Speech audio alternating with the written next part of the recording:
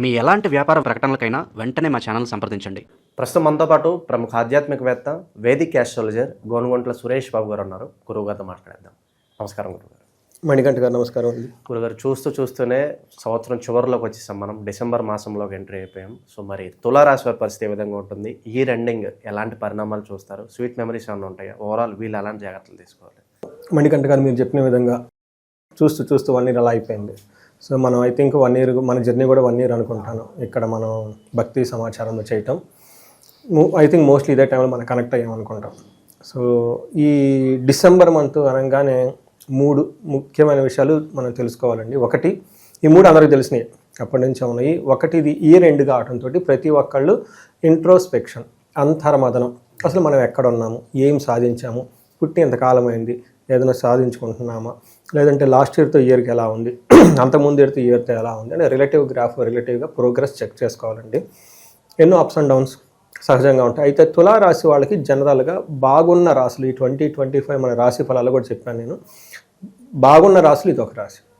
ఈ 2025 whole year వీళ్ళకి సహజంగా మోడరేట్గా ఉండాలి, లేకుంటే సూపర్బ్గా ఉండాలి, కానీ ఎలాంటి ప్రాబ్లమ్స్ ఉండకూడదు. ఏదైనా ప్రాబ్లం వచ్చినా అది చాలా క్విక్గా రిజాల్వ్ అయ్యి ముందుకు వెళ్ళిపోవాల్సిన ఒక టైంలో వీళ్ళు ఉన్నారు.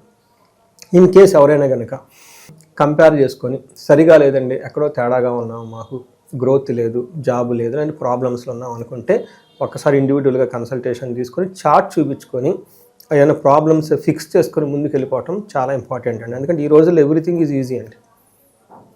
ఇంట్లో కావాల్సిన గ్రోసరీస్ కానివ్వండి, 1 క్లిక్లో వస్తాయి. రెమెడీస్ కూడా, ఆస్ట్రాలజీ రెమెడీస్ కూడా 1 క్లిక్లోనే వస్తాయి. అది వాళ్ళు ఇప్పుడు నేను ఎంతోమంది ఎన్ఆర్ఐలకి హోమాలు అవన్నీ చేపిస్తూ ఉంటాను. కానీ వాళ్ళకి ప్రాబ్లమ్స్ ఉంటాయి. ఎందుకంటే ఇది గురువుగారు మాకు ఈ ప్రాబ్లం ఉంది, ఏంటో ఈ హోమం చేసుకోండి, ఇది ఇలా చేయండి, కొన్ని రోజులు ఎలా వెయిట్ చేయండి, మీ లైఫ్ స్టైల్ ఎలా ఉంది. సో ఏమవుతుందంటే అది ఎప్పుడైతే రియలైజేషన్ వచ్చామో దానికి తగిన విధంగా చేసుకుంటామో ముందుకెళ్ళిపోతుందండి లైఫ్. అంటే అక్కడే ఆగిపోతారు. అందుకని తులారాశి వాళ్ళు సహజంగా బాగుంది కాబట్టి, ఎక్కడ ఆగకూడదు కాబట్టి, ఆగుంటే కనుక చేయండి. ఇది డిసెంబర్ మంత్ ఫస్ట్ ఒకటి, ఎందుకంటే మంత్ ఇయర్ ఎండ్ కాబట్టి ఇంట్రోస్పెక్షన్. నెంబర్ 2, 16వ తారీఖు నుంచి ధనుర్మాసం స్టార్ట్ అవుతుంది. ఎప్పుడైతే ధనుర్మాసం స్టార్ట్ అవుతుందో మనకు తెలుసు కదండి, పేడ కళ్ళాపు చల్లటం, గొబ్బెమ్మలు పెట్టుకోవటం, ముగ్గులు వేయటం, సంక్రాంతి హడావుడి స్టార్ట్ అయిపోతుంది. 3వది, ఈ టైంలో కొంతమంది క్రిస్మస్ వెకేషన్స్ అనివ్వండి, లేదంటే రకరకాల వెకేషన్స్లో ఉంటారు. మనకి ఐటీలో, ఎన్ఆర్ఏలో వాళ్ళకి ఏమంటే వెస్ట్రన్ కంట్రీస్ అంతా డౌన్ టైం అంటారు, లేదంటే 0 కోడింగ్ డేస్ అని చెప్తూ ఉంటారు. ఈ టైంలో వాళ్ళకి ఈవెన్ హెచ్ఆర్ కూడా మీ టూర్ ప్లాన్ ఏంటి, వెకేషన్ ప్లాన్ ఏంటి అని వాళ్ళు అడుగుతుంటారు. కొంతమంది లీవ్ క్యారీ ఫార్వర్డ్ అయితే ఎక్స్పైర్ అయిపోతేనే ముందుగానే లీవ్స్ అనేది తీసేసుకుంటారు. ఈ టైంలో చాలా best time for the vacation. Indian కాంటినెంట్కి సంబంధించి వెదర్ కూడా కూల్గా ఉంటుంది, అంత ఇబ్బంది పెట్టే విధంగా ఉన్నది కాబట్టి బెస్ట్ వెకేషన్ టైం అని మనకు చెప్తూ ఉంటారు. సో ఇలాంటి టైంలో ఈ బెస్ట్ మాసంలో తులారాశి వాళ్ళకి కూడా చాలా బెస్ట్గా ఉంది. ఒక సింపుల్ మాటలో చెప్పాలంటే తులారాశి వాళ్ళకి టోటల్ ఇయర్లో ఇదొక స్వీట్ మెమరీ ఇచ్చే మంత్ అని మనం ఖచ్చితంగా చెప్పుకోవచ్చు. అంత బాగుంది. మన డీటెయిల్స్ కనుక చూస్తే చిత్త 2-3 పాదాలు, అశ్విని 1-2-3-4 పాదాలు, విశాఖ 1-2-3 పాదాలు అంతా మనకు తులారాశిలో ఉంటారు. పేరు బలం ప్రకారం కనుక చూసుకుంటారు రా, రీ, రో, రా, తా, తీ, తూ, తే అన్న లెటర్స్ అంతా మనకి ఈ తులారాశిలో ఉంటారు. ఈ మాసంలో మనకి 4 గ్రహాలు, యాక్చువల్గా 5 గ్రహాల యొక్క ప్రభావం ఉందండి. 5 యొక్క గ్రహాల ప్రభావం వీళ్ళకి అనుకూలంగా ఉంది.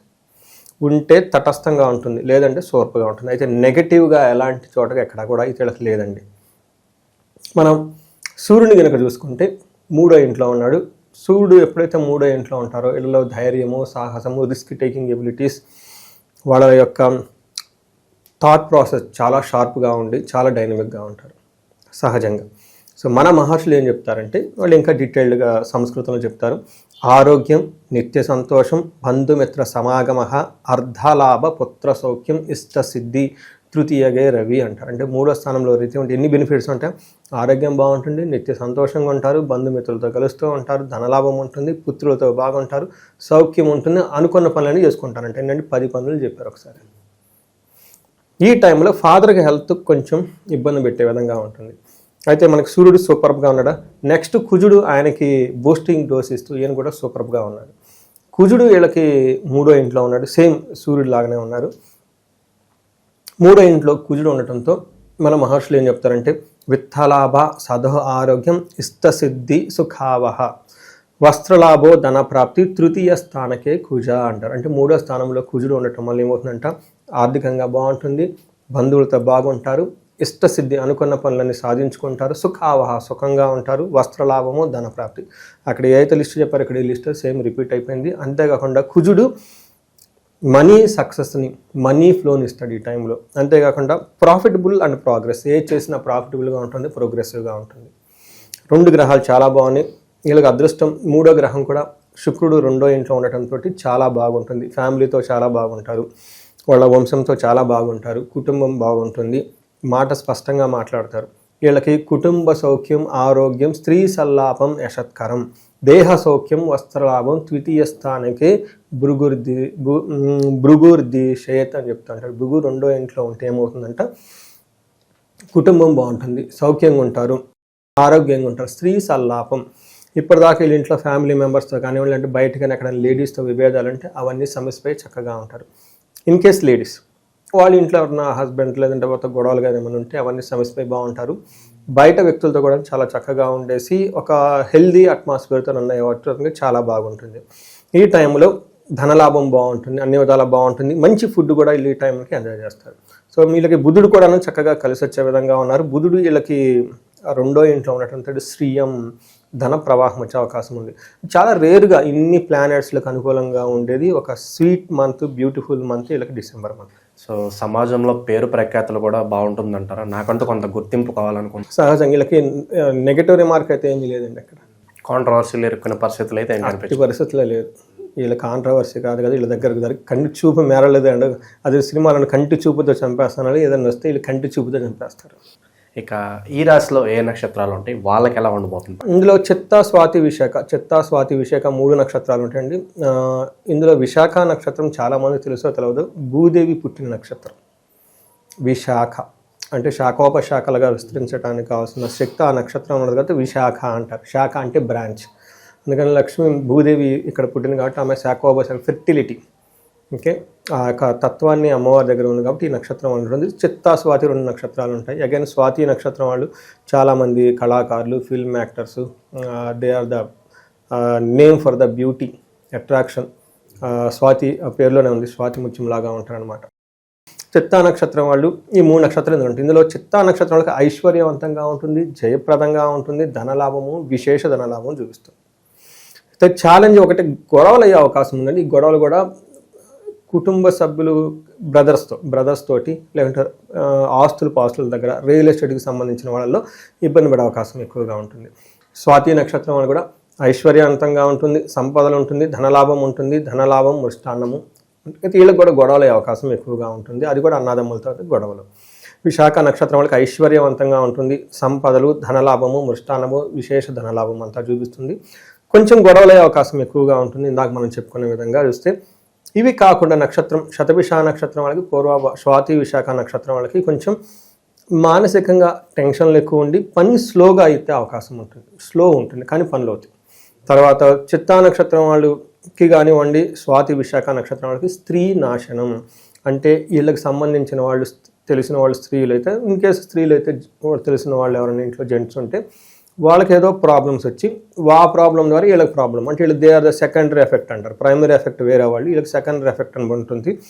సో ఇవి తప్పక పెద్ద ఇబ్బందులు అయితే ఏమి లేదు. ఒక బెస్ట్ మంత్ ఈ తులారాశి వాళ్ళు ఉన్నారని మనం తెలుసుకోవచ్చు. సో వీళ్ళు ఎవరన్నా వీళ్ళ లైఫ్లో కొత్తగా ఎవరన్నా పరిచయం అయితే అంటే వాళ్ళతో ఎలా మసలుకుంటే బాగుంటుంది అంటారు? కొంతమంది సడన్గా మన లైఫ్లోకి వస్తారు, వాళ్ళ వల్ల ఏదైనా మనం బాగుపడతాం లేదంటే కింద పడిపోతాం.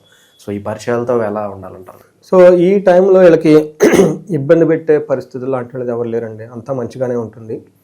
సో ఇంటెన్షన్స్ మ్యాటర్, ఎదుటి వాళ్ళ యొక్క ఉద్దేశాలు ఎప్పుడు ఎలా మారితే మనకే అర్థం కాదు. ఈరోజు మంచి అయిన వాళ్ళు రేపు మంచి కావచ్చు, but anyway individual okay. But ఎక్స్టర్నల్గా ఎక్కడ వేరే వాళ్ళకి వచ్చి ఇబ్బంది పెట్టే పరిస్థితి అయితే వీళ్ళకి లేదండి. ఇక విశేషంగా ఎలాంటి పరిహారాలు దైవారాధనలో ఉంటే బాగుంటుందంటారు? వీళ్ళు మనకి వైష్ణవాలకు సంబంధించిన ఆలయాలు విజిట్ చేస్తే చాలా బాగుంటుంది. తిరుపతి కానివ్వండి, లేదంటే శ్రీరంగం కానివ్వండి, ఎక్కడైనా సరే వెంకటేశ్వర స్వామి గుడికి కానివ్వండి, సీతారాముల వారి గుడి అక్కడ దర్శించుకుంటే చాలా బాగుంటుంది. ఇంక ఇవి కాకుండా పౌర్ణమి రోజు ఎక్కడైనా వీళ్ళకి సత్యనారాయణ స్వామి వ్రతం పూజ చేసుకున్నా కానీ చాలా బాగుంటుంది. అయితే ఇండివిజువల్గా వాళ్ళ జాతకంలో కొంతమంది ప్రాబ్లమ్స్ ఫేస్ చేసి ఉండొచ్చు. వాళ్ళకి దశాభుక్తి సరిగా లేకపోవటం, లేదంటే ఇంకా కొన్ని వాళ్ళకి అందులో మనకు తెలవకుండా కాల్సర్పదోషము, పితృజాపాలు ఇవన్నీ చాలా ఉంటాయి. ఎందుకంటే సేమ్ నక్షత్రాలు పుట్టిన వాళ్ళందరికీ సూపర్ ఉండదు. నిన్న సేమ్ రాసే వాళ్ళ జాతకాలు ఇద్దరిద్దరికి చూశాను. ఒకళ్ళు వచ్చేటప్పటికి యుఎస్లో ఉన్నారు, ఒక ప్రీమియం కేటగిరీ పీపుల్గా ఉన్నారు. సాయంత్రం పూట అదే టైంకి ఇంకొక జాతకం చూశాను. వాళ్ళ ఏజ్ 54, ఇక్కడికి వచ్చిన అబ్బాయి 24 ఇయర్స్ ఏజ్. అన్న అనుకుంటూ వచ్చాడు, ఏంటి ఒకసారి జాతకం చూద్దామని అవుట్ ఆఫ్ క్యూరియాసిటీ. అతను మాట్లాడేది అదంతా చూసి ఏంటి జాతకం అసలు ఇంట్రెస్ట్. నేను చూశాను సేమ్ రాసి. ఇతను వచ్చేటప్పుడు సరిగా చదువులేదు, చిన్నప్పుడే తల్లి చనిపోయింది, తర్వాత తండ్రి సరిగా పట్టించుకునేవాడు కాదు, ఏదో చిన్న చిన్న జాబులు చేస్తున్నాడు, చక్కగా మాట్లాడతాడు. నా దగ్గర కూర్చొని చాలా బాగా మాట్లాడుతున్నాడు. ఎందుకు ఇలా బాగా మాట్లాడుతున్నాడు చూస్తే ఇలా కాలసర్ప దోషం ఉంది, అష్టమంలో చంద్రుడు ఉన్నాడు, ఇవి చాలా ఉన్నాయి. అలానే జన్మలగ్నంలో కేతు ఉన్నాడు. ఇవి దోషాలు ప్లస్ సిద్ధ విద్యలు ఉన్నాయి అబ్బాయి దగ్గర. ఐక్యూ, స్పెషల్ ఐక్యూ ఉంటుంది.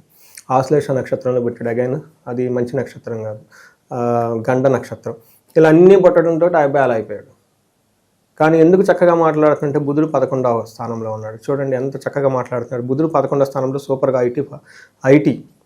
బుధుడు 11వ స్థానంలో వచ్చే స్థానంలో ఉంటే విపరీతమైన ధనం ఉంటుంది, ఫారిన్లో సెటిల్ అయ్యే అవకాశం ఎక్కువగా ఉంటుంది, ఈజీగా ఐటీ ఎంప్లాయ్ అవ్వాల్సిన వ్యక్తి. కానీ ఈ సర్పదోషాలు ఇవన్నీ దోషాలు ఉండడంతో అంత మంచి యోగం కూడా ఆగిపోయింది. అందుకని ఎవరైనా జాతకంలో ఉంటే చాలా ఎర్లీగా పర్టికులర్ తులారాశి వాళ్ళు మీరు ఎందుకు ఎదగట్లేదు, పర్టికులర్గా 35 to 45 years middle age crisis అంటారండి. ఇలాంటి సర్పదోషాలు ఇవన్నీ వాళ్ళకి తెలవకుండా ఉంటాయి, ఎక్కడో బిహైండ్లో ఉంటాయి. ఒక వెలుగుతారండి, వచ్చేస్తారు ముందుగా, ఫారిన్ వెళ్ళిపోతారు, టక మేనేజర్ అయిపోతారు, పెళ్ళవుతుంది, ఇక్కడ బ్రేక్ అవుతుంది. కారణం ఏంటి?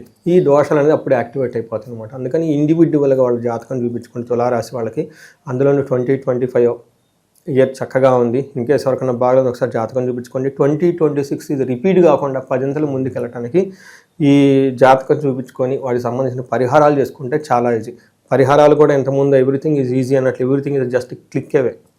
Everything is click away. నేను చాలా మందికి ఎన్ఆర్ఎస్లు చేస్తూ ఉంటాను, సంకల్పం ఇక్కడ నుంచి పరిహారాలు కూడా ఆన్లైన్ అయిపోయినాయి. మంచి ఫీడ్బ్యాక్ ఇస్తున్నారండి, బాగున్నాయండి, జాబ్ వచ్చింది, గ్రీన్ కార్డ్ వచ్చింది, మాకు టెంపరీ జాబ్ పోయింది, మళ్ళీ జాబ్ వచ్చింది, H1B వీసా వచ్చింది మాకు, అక్కడ మాకు బ్రేకప్ అయిందండి రిలేషన్షిప్, థర్డ్ పార్టీ ఎంటర్ అయ్యారు, థర్డ్ పార్టీ వెళ్ళిపోయి మళ్ళీ మేము కలిసి ఉంటున్నాము. ఇలా రకరకాలు వాళ్ళు ఇచ్చే ఫీడ్బ్యాక్ చూస్తూ ఉంటే, అందుకని మన మహర్షులు సంకల్పం అన్నారు. ఇప్పుడు నేను వేద మంత్రాలు చదవలేదనుకోండి, చదివిన వాళ్ళు చెప్పించుకోవచ్చు కదా. ఆయన మంత్ర జప యొక్క తపస్సు అంతా ఇలాగ దారబోస్తారు. అందుకని ఆ గోత్రనామాలు తీసుకొని చదువుతూ ఉంటాం.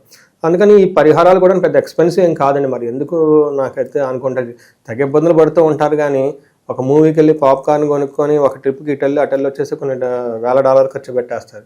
దేవుడికి ప్రాబ్లం ఉంది, ఇది చేసుకు లైఫ్ స్మూత్గా ఉందంటే చాలా ఆలోచిస్తారు. అందుకని దేనికైనా కర్మ యోగం ఉండాలి. బట్ ఈ వీడియో చూసిన వాళ్ళు ఎవరైనా లైఫ్లో స్ట్రక్ అయి ఉంటే ఒకసారి జాతక చక్రం చూపించుకొని 10 ముందుకెళ్ళే అవకాశాలు మీకు మన శాస్త్రాల్లో ఈ మంత్రాల రూపాల దేవుళ్ళు అన్నీ మనకు అవకాశాలు ఉన్నాయి కాబట్టి చెప్పించుకోవాలని చెప్పేసి నేను కోరుకుంటున్నాను. ఓవరాల్గా తులారాశి వాళ్ళ పరిస్థితి ప్రస్తుతం ఎలా నడుస్తుంది, భవిష్యత్తులో ఎలాంటి జాగ్రత్తలు తీసుకోవాలి చాలా బాగా వివరించారు. హోప్ఫుల్లీ వచ్చే ఇయర్ కూడా వీళ్ళందరూ కూడా చాలా బాగుండాలని చెప్పి మనస్ఫూర్తి కోరుకుంటాం. ధన్యవాదాలు. ధన్యవాదాలు.